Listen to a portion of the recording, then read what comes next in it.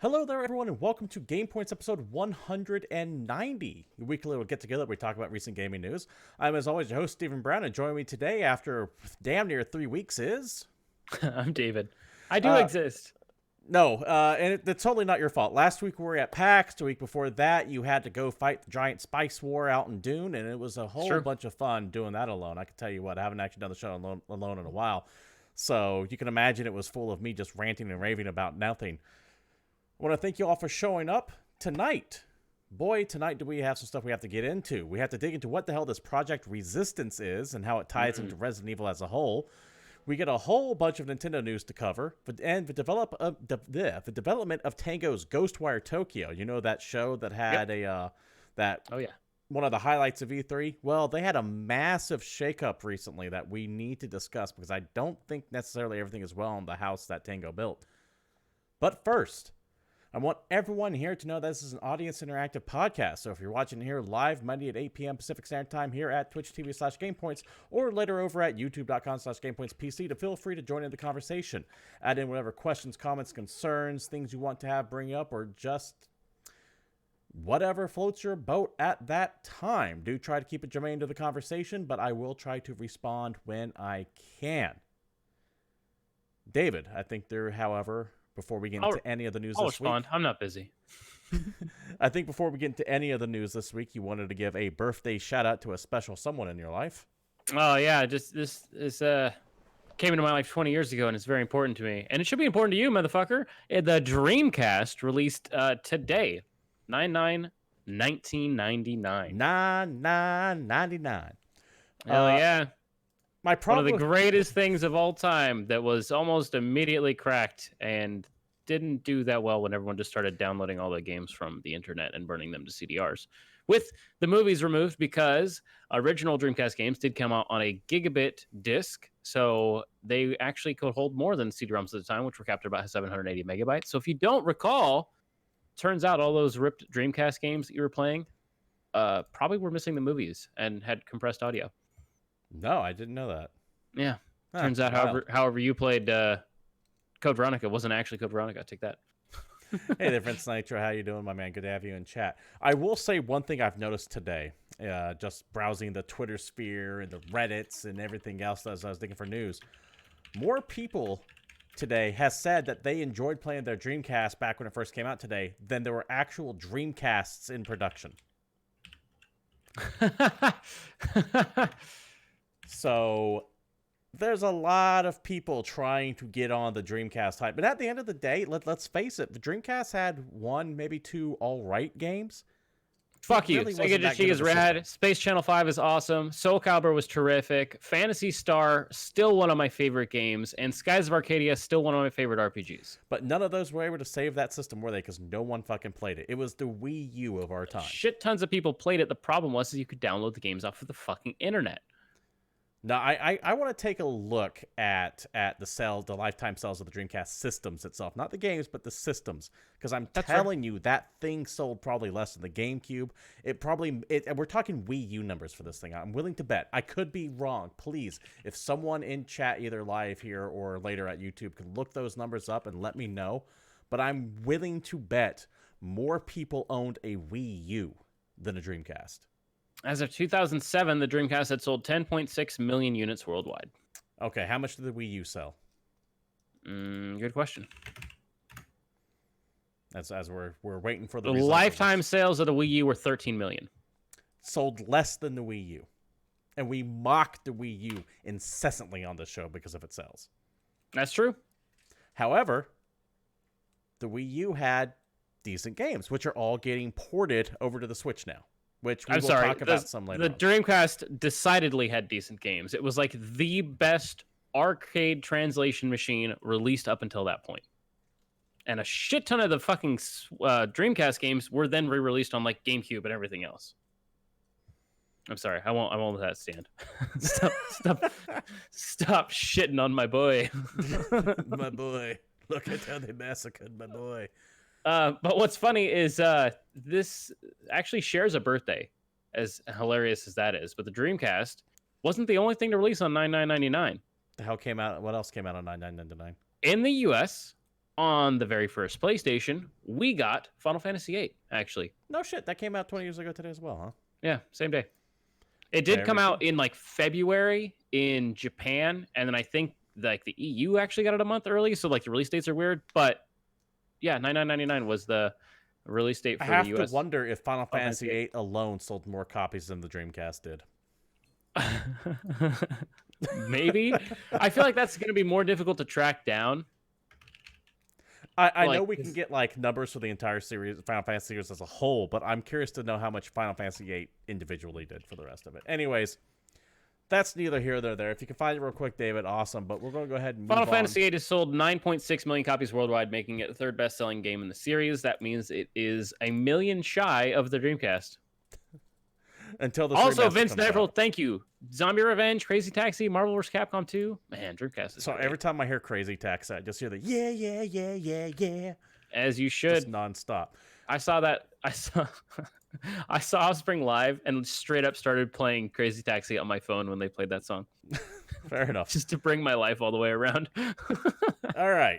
Enough waxing poetic about the Dreamcast. I give the system a lot of shit, but I'm just more offended about everyone was like, yeah, I loved my Dreamcast. Like, motherfucker, no, you didn't. Because there's probably a lot of people that didn't have it, but you would have a Dreamcast 3 by now. I legit still have mine. Mine's floating around somewhere too. It's in my closet. They're still releasing games for it. There's like this whole crazy scene in Dreamcast, not to take us too far aside, but I'm going to a little bit, that the modding scene actually had nods from people in the development of Sega. There's like this whole thing where like one of the Sega compilation games that had a bunch of different games on it, if you actually crack into the codes or the files, there's one that mentions one of the modding scenes by name, and in that file there's like a note of, here's some of the other stuff you guys can use this emulator for. Make sure to thank Uncle Sonic. Hilarious. And I know that. So here's the thing, not to get even farther off the tangent, but while we're talking about Sega and old consoles, do you know that like Sega Genesis is still selling in like South America? Yeah, why not? Yeah, I think it's Sega Genesis. It's one of it's the Genesis side, it could be the Dreamcast, because importing consoles is so fucking expensive down there. They're still actively selling like brand new Sega Genesis in South America. It's really, really weird.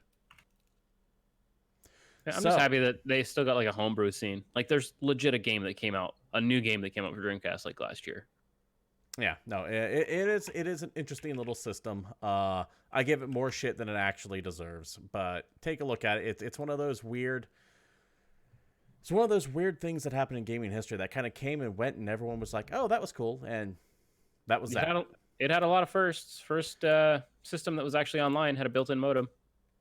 And sorry to hear about that, Vince Nitro. Those weird memory cards too, the VMUs that were like part Tamagotchi, part memory card. Mm-hmm.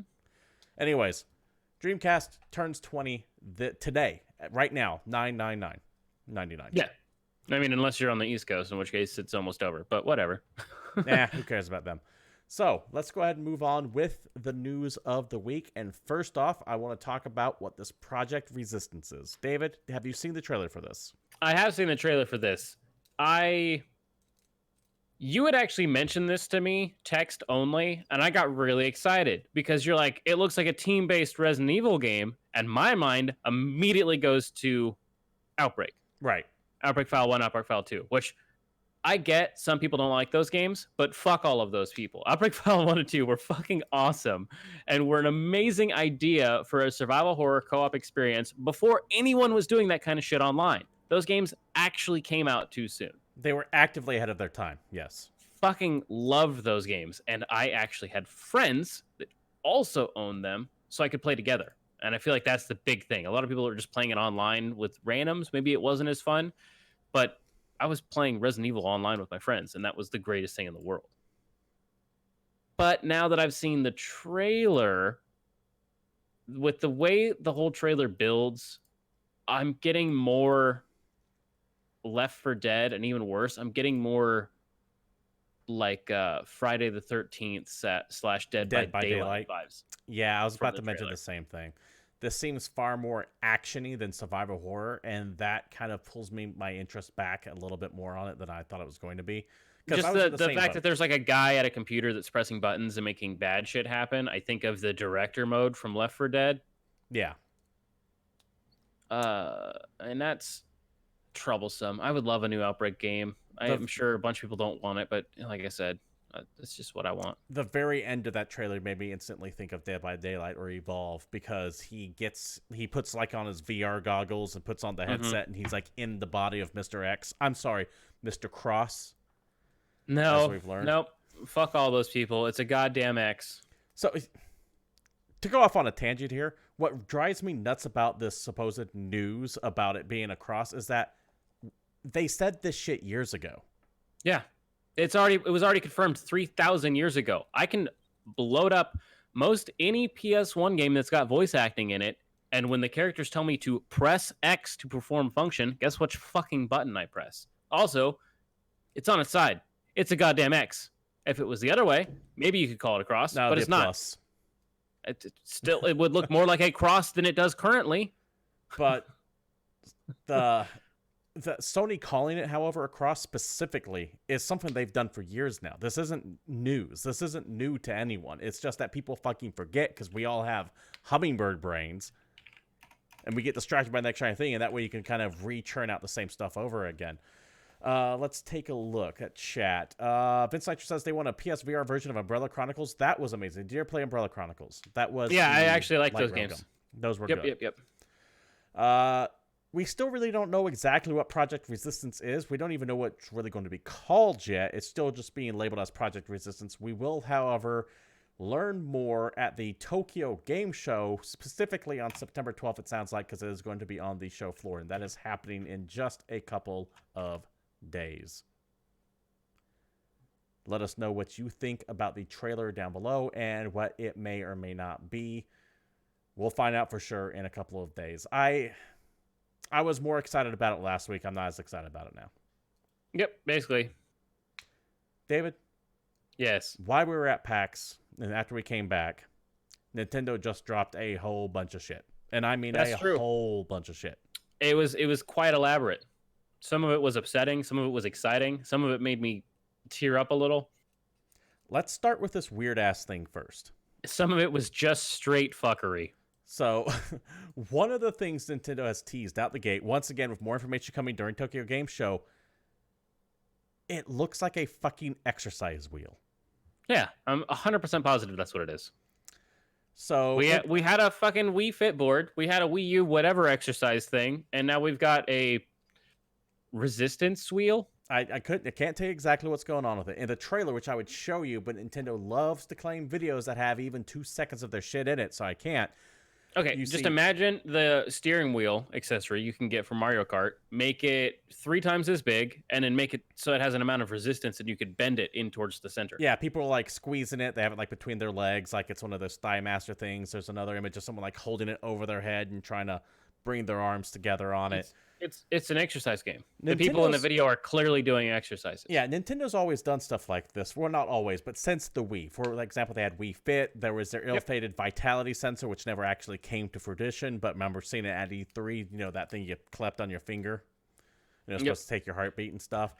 This isn't the first time Nintendo has delved into their fitness/activity thing, but I don't want to say I don't see this selling, because every time I think about that about Nintendo, they fucking sell 1 million of them. But once again, I have to say, who's this for?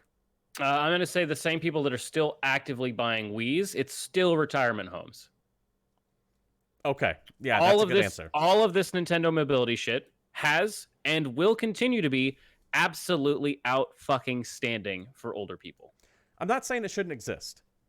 Like every single like Just Dance and Wii Fit and whatever game that's still released yearly sells like gangbusters because they're all sold in retirement homes. Because it turns out video games are really good for. Is actually coming out on the Wii still. Yeah, video games are really good for dementia and Alzheimer's, and getting people up and moving and doing stuff. This falls into that category of labo for me, right? It's like weird it's not for that you. They're doing it. I'm not saying it shouldn't exist. I don't see any demand for it. But hey, the fuck do I know? Yep. So I wanted to mention that out of the gate, but we're going to find out exactly what the hell this is come 9/12. We might see a whole bunch of stuff with it. I'm just concerned is that Nintendo sometimes falls up their own asshole when they start releasing peripheral after peripheral after peripheral. And then, I mean, we've all seen the GameStops 5 years ago when the Wii came out. They were just chock full of third-party Nintendo like knockoff shit. Yeah. Like the shells of the crossbow trainer and the fucking shells of the steering wheel. And it just clogged up the experience. And that's kind of what I'm dreading out here. I'm getting flashbacks of the PlayStation 2 Guitar Hero era days when you would walk into any kind of game store. There's just so much plastic shit everywhere. Yeah. I think the Wii was still the worst because it had like the Cabela's duck hunt accessory and all that other crazy shit you could put the Wiimotes in. That kind of shit can lead to a just general backlash in overall. Yeah, well, where people go, okay, I've had it with buying shit for the Wii, and then they bypass like or the Switch or whatever, and they bypass some good stuff. But hey, Nintendo does seem to be a little bit more restrained about their fucking accessories. Also, it doesn't matter because I'm not going to buy any physical anythings for the Switch. It doesn't matter. Yeah, I have one physical game for the Switch, and that's just because I was able to get it for free with it. Yeah, I bought like a 400 gig memory card on sale on Black Friday, and that's just what I do. Their games are surprisingly small. True that. I'm not saying that they're tiny by any stretch of the imagination, but they ain't 100 gigs each. Yeah. So that was the first of the series of Nintendo information we're going to go over. They also had a big old Nintendo Direct over the past week or so, and it was a damn good one. Now, yeah, actually one of the better ones in recent memory, I'd say. This is not going to be a comprehensive list of everything that was on the Nintendo Direct, because if you want to watch that in full, or if you want a breakdown of what everything if you want means, to know everything Nintendo had to say, it's shorter than our show by about 20 minutes. Yeah, and the analysis has been done to death on it already because it came out on Wednesday, I believe. So we're a little bit late to the party on this one. But I wanted to mention a couple things that caught my eye specifically. Yeah. One, as I mentioned last time I was on the show, Overwatch is coming October 15th, 2019. We did know about that because of that ridiculous, I think, Amazon leak, because they showed the here's the carrying case with the Overwatch branding on it. Yeah, it's like, I don't think they're doing that on accident. That makes sense. Yeah. Incoming Lucio and Smash. That actually might happen now I think about it. Yeah, why not? You have my favorite game of last year, I believe, Return of the Obra Dinn, coming fall 2019. That is incredible. Actually really excited for that to be on Switch. God, that game, if you don't know what the Return of the Obra Dinn is, I don't want to tell you anything about it. It is a 1-bit mystery game, and you should play it even if those two things don't sound interesting to you. It's from the same guy who made Papers, Please. So if you do not like puzzles, like if you fucking hate puzzles or solving problems, stay the hell away from it. Yes, I will say that. But if you have any kind of inquisitive brain, you need to be playing that game immediately. It's amazing, and the least you know about it going into it, the better. Mm-hmm. Got a couple new Smash... Don't look up videos or reviews or anything, because it'll kind of ruin it. No. Couple new Smash characters announced. Banjo from Banjo-Kazooie is out that last week. And upcoming, a character I did not see coming at all. So fucking excited for this. Terry Bogard in November. Terry motherfucking Bogard. David, who is Terry Bogard? Are you okay? Terry Bogard has been the face of SNK, which is a goddamn video game company that's been around for some odd 30 years, making quality-ass arcade games and most of the best fighting games ever made. And every single Smash fanboy that says, why is there this fucking random guy that no one's ever heard of coming to Smash, can just shut the fuck up. It's not your turn.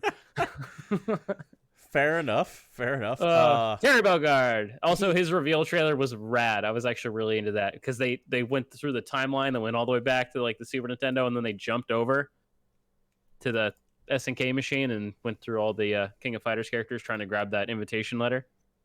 Yeah, that was kind of cool. If you're into the fighting game scene at all, you know who Terry Bogard is. If you're not, you probably don't. He is a very niche character overall when it comes to gaming. That begs the question: who would you like to see in Smash next? I mean, they're going kind of weird. Who would you like to see appear up in Smash? Hold on. First, I have to tell Vince he's wrong in chat. I'm sorry, but Ryu and Ken will not crush him because they absolutely do not come from Superiority Fighting game. Street Fighter V is trash. Fight me. I mean, just look at the names. Just look at the names. One's fighting in the streets. The other deals with fighting royalty. Hell yeah, dude. The king of fighters is better than a Street Fighter. That's true. But let's be real, Tekken's better than both. I'm a Soul Calibur guy if I had to pick. I like Soul Calibur. But who would you like to see in Smash? I'm weird. I don't really care. Like you just don't have a character on it? I don't have anything in this race, basically. Fair enough. Nothing to ride on it. I'm trying to think of who would make me super excited. Like if they brought in like the Monster Hunter, I guess that's cool. Weren't they bringing in the Monster Hunter? Wasn't that already confirmed, or am I thinking of something else? I don't know. I think you can play I think the Rathalos is in it as an assist trophy. I don't know. I'm so fucking detached from that game now at this point. It's not even fun. I got all the characters unlocked in my version of Smash, and then I never played it again. Because I actually thought that its story mode was just garbage. Fair enough. Also coming out on the Switch, Tokyo Mirage Sessions #FE or Sharp FE or whatever the hell you want to call it. This is that weird Mega 10 crossed with Fire Emblem game that was on the Wii U, but as we were talking about earlier, no one fucking played the Wii U. So port everything that was on that over to the Switch. I don't care. They're all new games to me. Really looking forward to getting into this. Deadly Premonition 2 also coming to the Switch and announced for the first time ever, which is weird because I swore that game was announced 6 months ago, but apparently I'm wrong. And the first one out now for the Switch as well. Did you ever play Deadly Premonition? Nope. I played like 10 minutes of it, and so here's the thing. I like a bad game every now and then, but I do not get why Deadly Premonition has all this love for it. I just don't. I can't wrap my head around what makes that game so popular, and I use that in quotes, because people who like it recognize it's a bad game as well, and I don't understand it. But I will also say you're talking to a guy who loves the Disaster Report series, and those are objectively bad games too. So, to each their own, right? David, you're probably excited about this next one. Divinity Original Sin 2, kind of surprise launch last week on the Switch. Actively on my Switch right now. Actively on your Switch right now, like the day it came out? Yeah, currently sitting in the dock on my Switch right now. I'm going to level you with you, David. I've only played that game for like 2 hours. Well, you're an idiot. I can't help you. Fair enough. I don't know what you want from me, man. Divinity Original Sin 2 is one of the best CRPGs ever made in the history of time, and if you have any interest in that as a genre, you should be playing it. I really am impressed with its magic system. I like how everything interacts with each other. Yeah, that's really it's cool. Great. On the topic of bad games still, Vince Nitro in chat says he loved Land of the Dead, Road to Fiddler's Green. Now, do you remember what that was? Land of the Dead, Road to the Fiddlers? No. Land of the Dead, Road to Fiddler's Green was a prequel to the last Romero zombie movie that I can think of, Land of the Dead. You know, the one that had House of Buggin in it and the Deacon in it, as I use code names that no one really knows besides us. Oh, damn. This game got a 1.9 on GameSpot. Yeah, That's it's amazing. Bad. It's a real bad game. But I like the idea of it because it's like a prequel to a movie that wasn't very good either. I remember playing that and going, this was a fun rental. Other things that were announced on the Nintendo Direct, you have Doom 64 coming November 22nd. You got Star Wars Jedi Knight 2 Jedi Outcast coming later this month out of nowhere. That kind of surprised me. Yeah, that was a weird one. You have Xenoblade Chronicles Definitive Edition coming out in 2020, which is going to fucking make me play that 150-hour RPG over again. God damn it. Apparently has a bunch of cut scenes in it. And Super Nintendo games. Finally. To the Nintendo Classic, whatever they call it. They don't call it Virtual Console anymore. They call it something else. But Super Nintendo it's like the stupidest name. If you watch the reveal, it's like, coming soon. We're calling it Super Nintendo Entertainment System Online Games Nintendo Switch Edition, or like some stupid ass 11-word title thing. Yeah, it's bad. It's like some translation error or something like that. So dumb. When it launched, however, it has officially launched. It has a really good fucking lineup of games on it. Pretty good. Nintendo Entertainment System, Nintendo Switch Online. You still have to have Nintendo. You have to have Nintendo's online thing to do it. And if 100%. you were a Twitch Prime member, you got like a year for free of it, which I'm currently working on right now. Not anymore. You had to have signed up during their promotion for that. But which is funny is I straight up didn't. You were just like, I don't want to be half-assed to deal with that at all.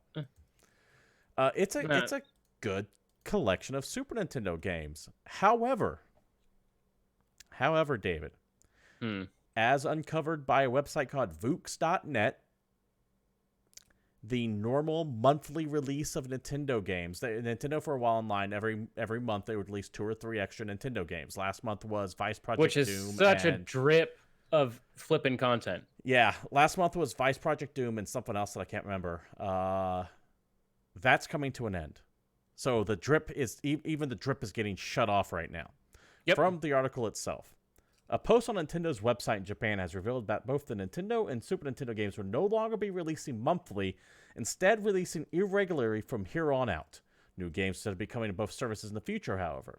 We contacted Nintendo to see if this would affect us here, and they confirmed it, saying that more games will, quote, be added after launch, but those releases will not adhere to a regular schedule.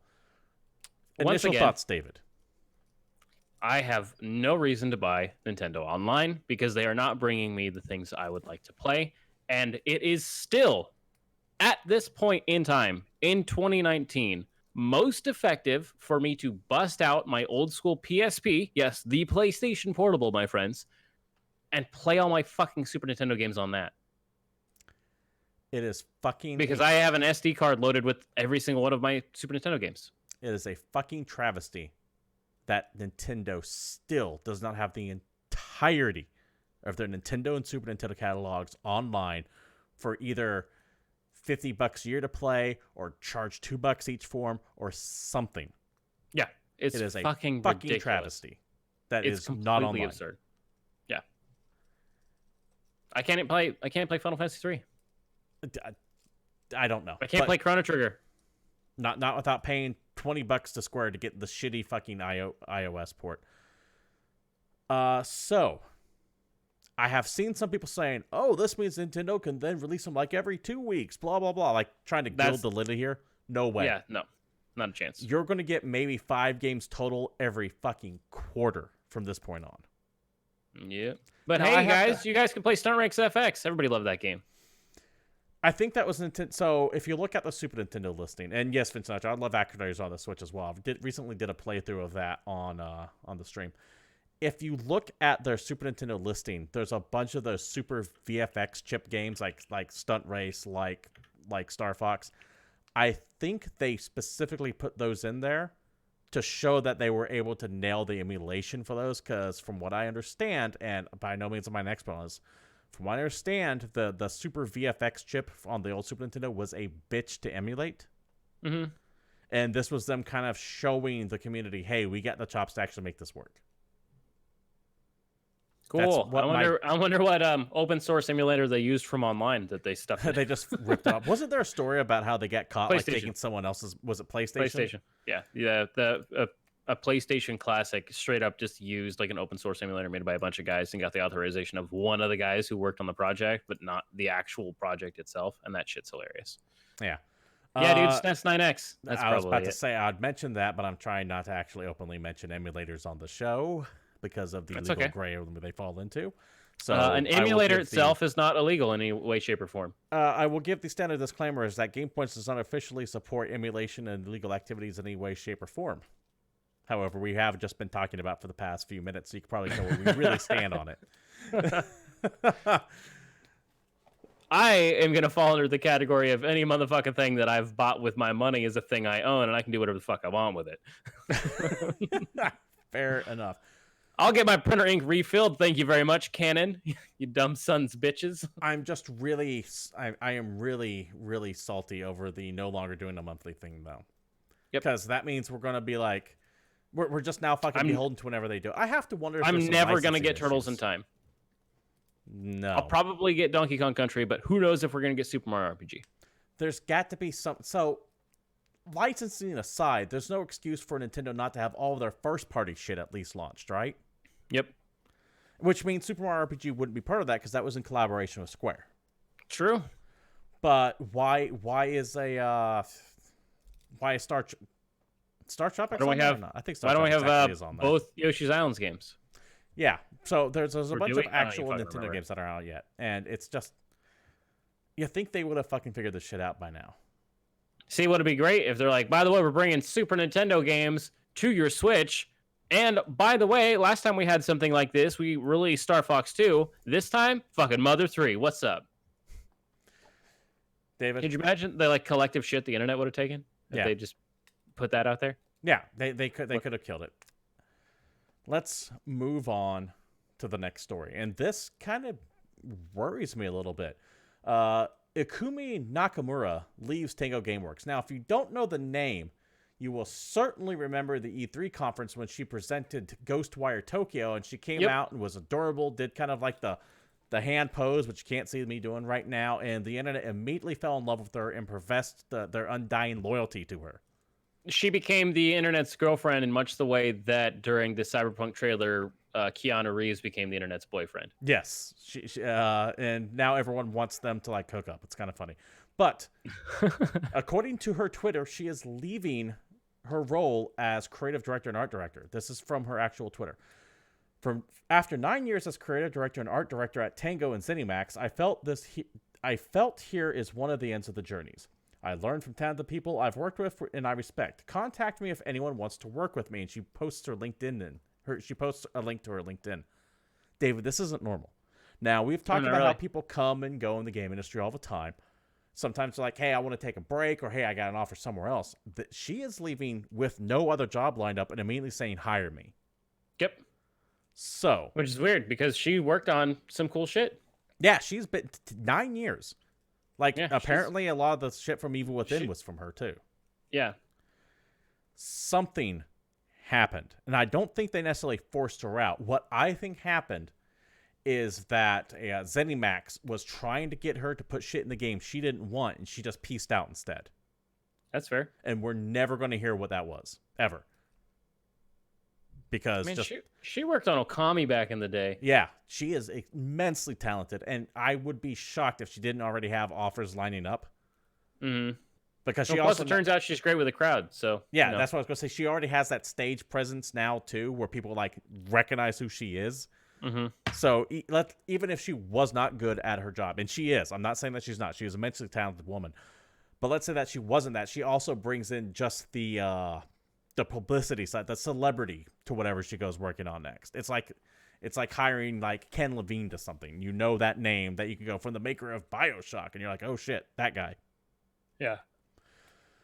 So something happened at Tango Gameworks. I think if I had to venture a guess, it dealt with ZeniMax being overbilling, but who the hell knows? Maybe, for all I know, maybe she just wanted a change of pace. Maybe she just wanted some different scenery to go around. But it's really weird for her to have been in charge of making this Ghostwire Tokyo game, so to the point where she was the one that actually showed it off at E3, and not 2 months later, she is leaving that company, which means that game is in trouble. Most likely, yeah. So I hope you weren't. I need to know a creative director, and creative director is kind of an important job. Yeah, not just creative director, but art director as well. Like that entire game had a massive hiccup, and who knows if it's going to actually see the light of day now. No official word on it's canceled or not, but I wouldn't be surprised if it just gets quietly shelved. Okay. It's a PS5 game anyway. We weren't going to see it anytime soon. No, I get the feeling they're going to do to this what they did to Prey 2. Well, they just quietly vanish and it comes back as a completely different game. Yeah, that's what I think is going to happen. That's fair. Anyways, let us know what you guys think about why Ikumi Nakamura has left Tango. Any speculation you might have. Try to keep it grounded in basis of reality. Nope, get really weird with it. And let us know what you think. Dave, before we wrap up today and get into the other things that we need to talk about, there's 2 more bits of news that we want to go over real quick. One, apparently Last of Us 2 has a press something happening coming September 24th, as tweeted out by Jeff Keighley. Yep, there's an announcement for an announcement. We know how teaser we for love a teaser. those. It's my favorite. But Jeff Keighley's saying it, man. Everybody loves that guy. I've gone on about how I legitimately love Jeff Keighley. I think he's because everybody loves that guy. He's been living his best life for so long. Yeah, I'm eagerly awaiting for him to finally propose to Hideo Kojima. Yeah, of course. And I also love the fact that he's getting a guest role in Death Stranding, but doesn't get to do any voicing. That's very true.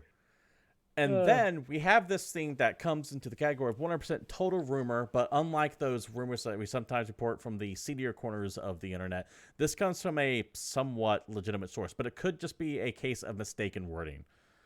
This comes from Reddit. However, the images are shown from GameStop. Apparently, GameStop was selling replica goggles that Sam Fisher has in Splinter Cell. You know, the three green lights. It's like the fucking iconic image from Splinter Cell, other than the grizzled old Michael Ironside. And if you were to go to the sell page for these goggles, you would find the following quote. Where was I at? Oh, they were going on talking about how they're from the iconic Splinter Cell series, and then said the following. For the first time since the induction of Splinter Cell in 2002, after 9 top-selling AAA titles, and with the 10th release on the horizon, end quote. And this part right there is what sent everyone into a tizzy, because it sounds like GameStop accidentally leaked the upcoming upcoming new Splinter Cell, as I lose the ability to fucking talk. Yeah, that's classic GamePoints. I missed you, buddy. Okay, question. Yes. Is this a surprise to literally anyone? No, we all know that. Haven't we been talking about Splinter Cell rumor for like 3 years now? This is the closest we've gotten to an official confirmation of it actually existing, though, because this isn't just some rando on the internet saying they have to be making one. This is a company saying that there is the 10th release on the horizon. Sure. But it also could have been just some kid at GameStop that just typed something wrong, and his boss went, "What the hell are you doing?" That's the question, right? Is it just GameStop doing, like, whoever their intern that writes this doing what we all do? It's like they have to be making one, right? There has to be one coming. Mm-hmm. Of importance to note, this link description no longer exists. True, they fixed it. They have changed it, which means someone somewhere went, "You can't fucking have this up. Replace it." Which is usually only the response when it's true. Fair. That is a good point. David, when do you think that this supposed Splinter Cell announcement is going to happen? Because I think GameStop fucked up and they accidentally revealed something they weren't supposed to. I don't know, next year sometime. No, I don't think it's going to be next year. I think it is going to be... that's right. Tokyo Game Show is coming out. Like, I don't think it's going to be Tokyo Game Show. When would it be then? We were just talking about Jeff Keighley. Oh, motherfucking whatchamacallit? Game Awards. With his world premiere. I get the feeling. Oh yeah, dude, world premiere, Spike TV, Game Awards. I don't even know. Is Spike TV even still around? I think that entire channel got demolished years ago. I hope they have a Chic Hydrobot 2, Return of the Hydroning, or some nonsense. That would be funny if they pulled something like that. Like if they just went full self-parody, I think that would be funnier than not. Gotta make fun of yourself. This is, I think it's, I don't want to say obvious, but I think this is a sure thing to be announced at the Game Awards. The timing makes sense for it. It's close enough. The announcement, and they'll be like, it's coming July of next year, or at least the tease for it. It could be a launch title for the new consoles. Who the hell knows? But I think that it is close enough. They wouldn't be advertising it for replica goggles if the announcement wasn't nigh. Which the Game Awards is close enough to be nigh. Like, 2 months? So September, October, November, 3 months away. Because it happens usually the first week of December. I think this is happening. I think we're going to get an announcement during then. Let us know what you think, of course, down below. David, that wraps up for the news. There is one thing I want to mention that we need to watch out for, and that is the aforementioned Tokyo Game Show, and it is going from the 12th to the 15th of this week. I'm sure we'll that's this week. Okay. I thought it was slightly later. That's fine. Your times may vary due to the dateline, because Tokyo, I believe, crosses the international dateline, so keep that in mind. But we should get a whole bunch of news out for next show. However, next show is still a week away, David. What can we do between now and then to keep ourselves occupied besides walking for Tokyo Game Show? Did you want to play some new video games? Yes, that is why I'm asking the question. Well, you can't, because the first thing I'm going to talk about is the Walking Dead Telltale Definitive Series release. It's all of the Walking Dead. It's like the whole fucking thing. The whole Telltale game. Season 1, Season 2, all 4 season seasons 3, of the series. 400 days, It's got a full box physical release and digital. PS4, Xbox One, and PC. So you can get down with all of that Walking Dead. Important to note that Telltale is kind of back, but this isn't developed by Telltale. Yeah, both the most successful Telltale franchise and the longest lasting, because I think it's one of the few that got finished. Ooh. Right. This is Skybound owns this now, so they might be calling it the Telltale Definitive Series, but it's Skybound that would be producing it, if I recall. But they're just re-releasing what is 96% Telltale like the works. Yeah, basically, because they just finished the end. Yeah, Skybound got the license when Telltale went boom. Yep, and they just managed to get the last episodes out. And apparently Telltale's back, kind of. Some group of investors bought the name and brought back a few people in the freelance capacity. Sounds like Toys R Us. Telltale as a company technically exists in name, but in name only. So keep that in mind if you hear any news that Telltale's back. Oh, well, THQ's back, so what are you going to do? Also coming out, we've got Blasphemous for PS4, Xbox One, Switch, PC, and Mac. Look at that. Games on Mac? We never get to talk about those. That's rare. This game looks fucking amazing. This game looks fucking awesome. It's an indie action Metroidvania-style game. It's got just gorgeous animations. The 2D animations in this game look amazing, in my opinion. Quite gory, very brutal looking. Yeah, over the top gory, I would add. Yeah, super, super graphic. Punishing action platformer. It's got like fast-paced hack and slash combat with a big narrative story to it. It's got a kind of a evocative boss battles and exploration, and there's non-linear levels, and it's a Metroidvania. My only concern, David, is I get the feeling from things that I've been reading, what little I've seen on the game, is that the developers were so focused on the art direction of the game and making it so over the top, violent, and disturbing that the gameplay suffered a little bit for it. It's possible. Who knows? You can build your character in different ways, and you can fight all kinds of spooky monsters. We will have to wait and see. Still want to play it, though. Still want to get a hold of it. Yep. Also coming out this week, Greenfall. It's PS4, Xbox One, PC. This is the fantasy RPG. This is a new one from Spiders, who, as you have said, have a track record of getting slightly better at making video games every go around. Their first game was they did Mars Warlogs. Okay. Which was a game. Then they did Techromancer, which was an slightly better than game. Now, for what I'm hearing, Greedfall, people are actually like. I hear this is a total meh game. No, I'm hearing this is from the people who rated it really highly, so keep that in mind. But they're saying this is getting closer and closer to like the Dragon Age Origin spiritual successor that they've been looking for. Oh, see, I heard more of a meh because I immediately looked at the Steam reviews where it's averaging about a 6 out of 10. But what would I know? Spiders does. Yeah, because their games are always... Let's talk about the actual video game. Yeah. So it's a RPG, like more traditional style, open world, new school RPG, the way you think of Western RPGs to be, that's set in a New World-esque style storyline, you know, where there's the old world and you're welcome to the new world and we got colonies and there's all these different people doing stuff, but also throwing fantasy elements like magic and crazy creatures and all this other fun stuff. A lot of diplomacy options, deception. Apparently, a big part of the game is trying not to piss everybody off, which doesn't sound that fun. Yeah, but you can also piss everybody off, and that sounds great. What I'm gonna do. Yeah. Just get into a bunch of fights all the time. Maybe it's tough, maybe it's not. But from what I've heard, there has been some performance issues from this game. So that's your why it's getting rated vary. Down. Yep. That's why I wanted to bring From what I understand, if the game works, it's a really good game. If the game works. So, like you were saying, David, your mileage may vary. I am just looking forward to taking all the gold and giving all the smallpox.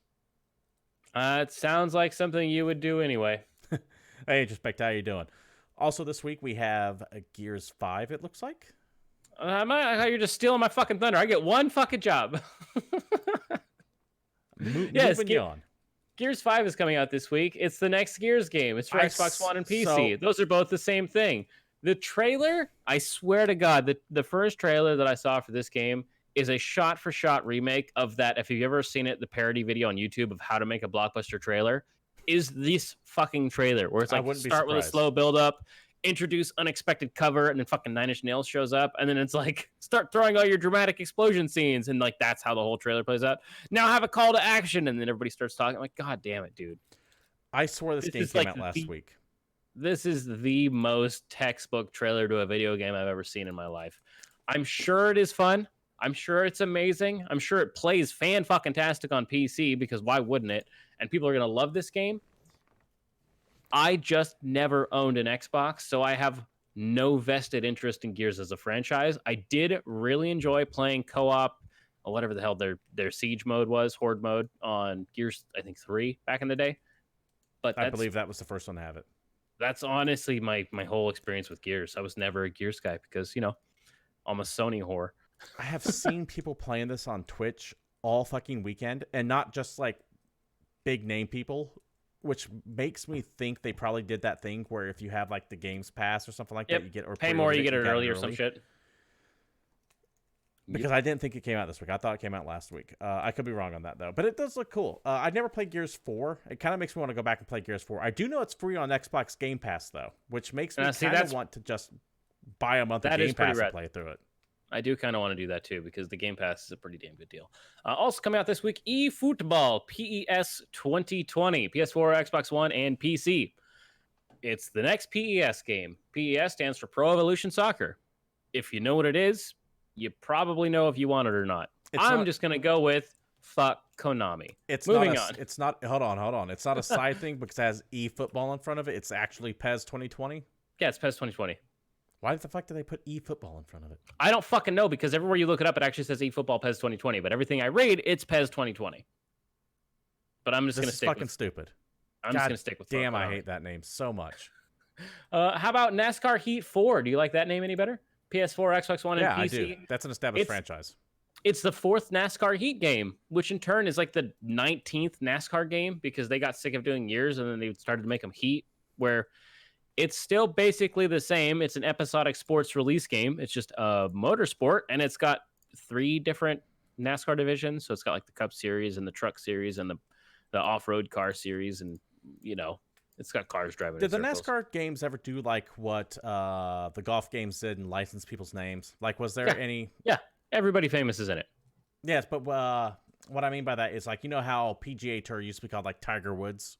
No. They never had like. Well, I'm just blanking on Jimmy Johnson. Is that a NASCAR guy, or is that the guy with the sandwiches? Anyway, Jimmy Johnson. No, the Jimmy John is sandwich guy. Amazing sandwiches, by the way. I love Jimmy John's. Dude, Jimmy John's fucking sucks. What are you talking about? Salty Frank Good in chat. Thank you for showing up, and also saying the only thing you know about racing is that race car backwards is race car. That's true. I like the way you capitalize that R. Like you call that a palindrome. I call that ridiculousness. How about NHL 20 for PS4 and Xbox One? It's the next NHL game, much like other episodic. I like calling them episodic because they're sports games. And I don't know if you saw that story. Annualized? Is that the word you're looking for? Annualized makes sense too, but episodic has a different connotation. I've been kind of letting it go, but since you're going to call yourself out on it, the word you're looking for is annualized. That's fine. Anyway, it's ice hockey. It's made by EA Vancouver, and it's published by EA Sports. Those are people that make sports games. It's in the game. That's EA. Did you see that story about the new NBA game where they didn't actually bother to finish the taskbar icon? So like when you're playing the game, the taskbar in Windows for the new NBA game says NBA 2K 2019. Fucking hilarious. Oh, man. How about Ellen? That game comes out for PS4, Xbox One, and Switch. Okay, this so game was a goddamn bitch to Google. No joke. You type in Ellen DeGeneres is a thing that exists. You type in Ellen game, Ellen DeGeneres is still a thing that exists. And at one point, she made a fucking video game called Heads Up that you can play on your goddamn phone. If you go to Steam and type in Ellen, you find this game, which is a gory indie game. It's a 2D side-scrolling that reminds me of... Fuck, I'm going to forget it now. It's the game where you play as like a cop and you've got a flashlight and you're in like a spooky hospital. That game came out a few years ago. You know what I'm talking about? Yeah. Walking Simulator, fucking... It's 2 names. Yeah. It was like a free game on PS. Fuck, it has an 8-bit pixelated look. God damn it. I'm going to fucking look this up while you talk about this game. Ellen reminds me quite a bit of that game where you're playing as an investigator named James trying to find the truth behind a murder of the Smiths, and you're trying to find their missing dollar. It's a thriller. It's a 2D pixel game. From the trailers, it seems like you die a lot. Like spooky shit comes out. Yeah, Lone Survivor. Looks a lot like... I got a lot of Lone Survivor vibes from this. And no, it is not Snake King with Ellie. Sorry about that. I'm watching the trailers for the first time. I'm kind of into it. Oh, Jesus. It's gory as hell. Yeah, like I said, it looks like you get murked quite a bit. Yeah, I'm wishlisting that. That looks really fucking cool. Cool. There you go. I'm into it. What else have these guys done? Red Mountain Media? Let's take a... Oh, just this. Okay. Yeah, I'm into it. This looks good. Also coming out this week, Star Wars Pinball comes out on your Switch because everybody needs to play pinball on their Switch that's Star Wars themed. It's got 19 different tables.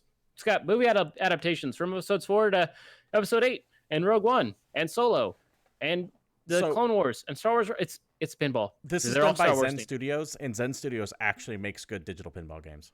Hell yeah, they've been doing that for a long damn time. But it's their one thing they do, and they do it well. I'm sorry, it's pinball.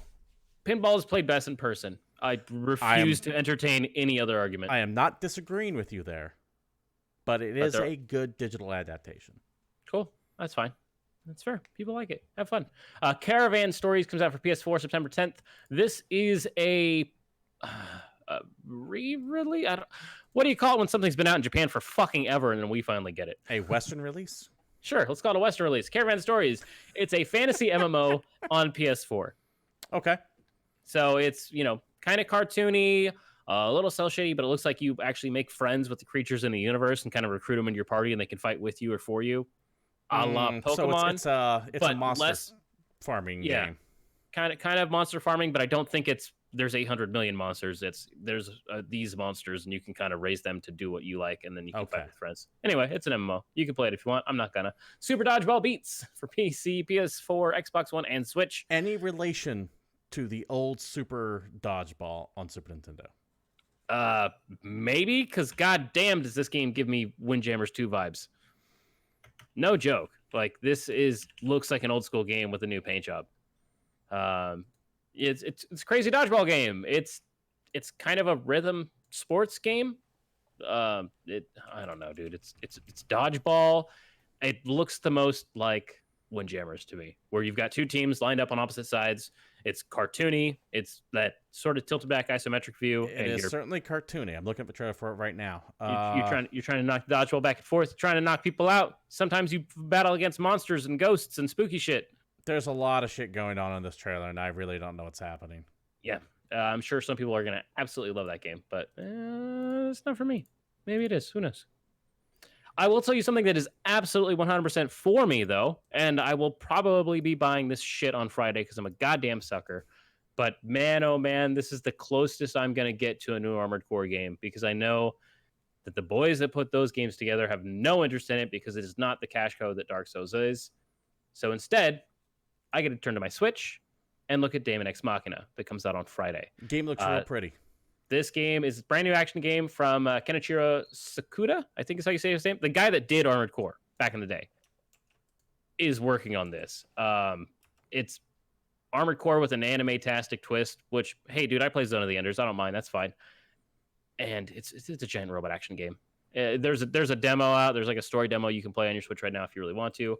I'm probably going to buy this game because it looks fucking awesome, and I am just a huge sucker for giant robots. Let's be real. That's what I like.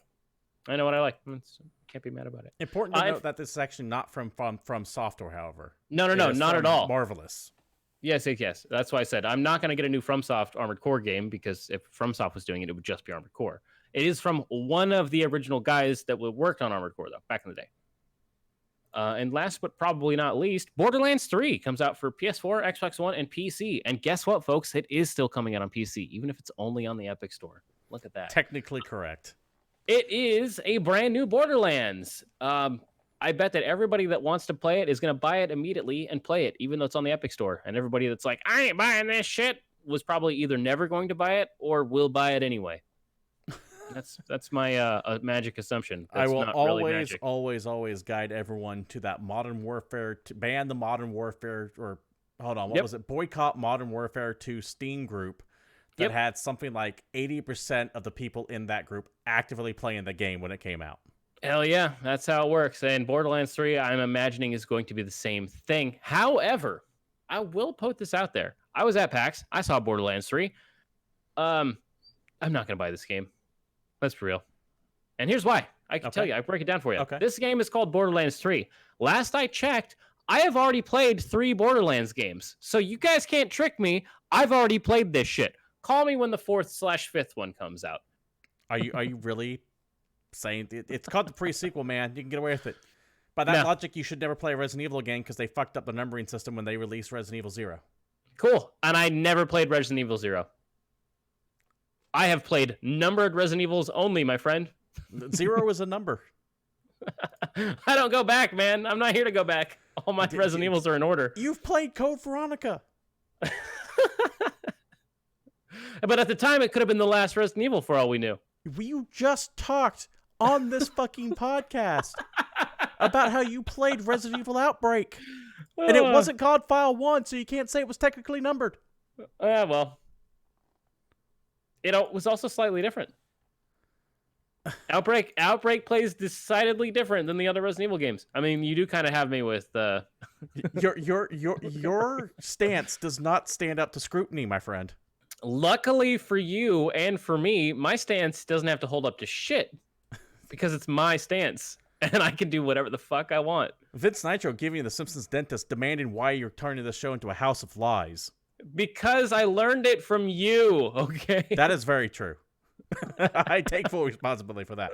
I'm all in on Borderlands 3. I want to play. I want to get deep into it. I'm going to be streaming it probably next week. It comes out Friday, I think. I might stream it over the weekend, but I'm not positive on that. But I will definitely be streaming it next week, assuming Greedfall doesn't suck me in, because I am. I'm just honestly salty, like a little bit salty about the Borderlands franchise because I've played every single one of them. I have. I did like those games a lot. The problem is that every fucking person I know plays Borderlands and is always like, "Oh man, let's play together. Let's start a new game." And so I've played the intro to Borderlands 2 probably 13 times. That's the problem, right? You never get too far into it because everyone goes, I just bought let's it. Let's do co-op. Oh yeah, let's start from the beginning. Fuck you. And I don't really have an interest in playing that game completely solo because I'm not like you. I don't like playing games by myself all the time. If it has a co-op option, I'm going to play it co-op. Fair enough. I hate people, so I love playing games on my own. I know you hate people. I just need like a dedicated group of like if I had 3 people that were going to guarantee me that when I got on my computer they were online and we were going to play Borderlands, I would probably get it. Hey, I'll tell you this. I'm getting Borderlands 3. If you want to get it, we'll do something together with it, and we'll go at your pace. I'm going to have a fully level character by that time, but I've got no problem rolling back and going through whatever you want. It's kind of like how we're doing with Remnant.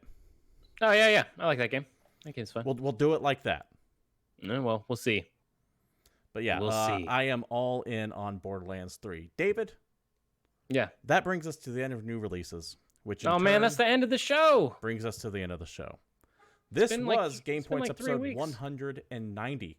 The first episode we've done together in like more than half a month because I'm gonna go with 9 years. We've been so busy. Thank you all for showing up. Introspect, Salty Frank, Vince Nitro, to everyone else who happens to be lurking in chat. Your presence is truly appreciated, and you can join all of us live at Twitch TV/GamePoints every Monday at 8 p.m. Pacific Standard Time. If you can't join us live, understandable. You can always catch old shows over at youtube.com/GamePointsPC. If you want to be part of the GamePoints community as a whole, you can join our Discord. The link is going to be provided down below, regardless if you're watching at Twitch or YouTube. And if you want to follow the show, you can do so on Twitter at GamePointsPC. You can follow myself, Stephen Brown, at CapitalistPig21. And you can follow David there at Palshlife_Satori. I'll be streaming Greedfall tomorrow and possibly for the rest of the week and a variety of other things. But if you don't want to deal with that and you just want to catch the podcast, then we will see you next Monday. But until then, this has been GamePoints. And we're out of here.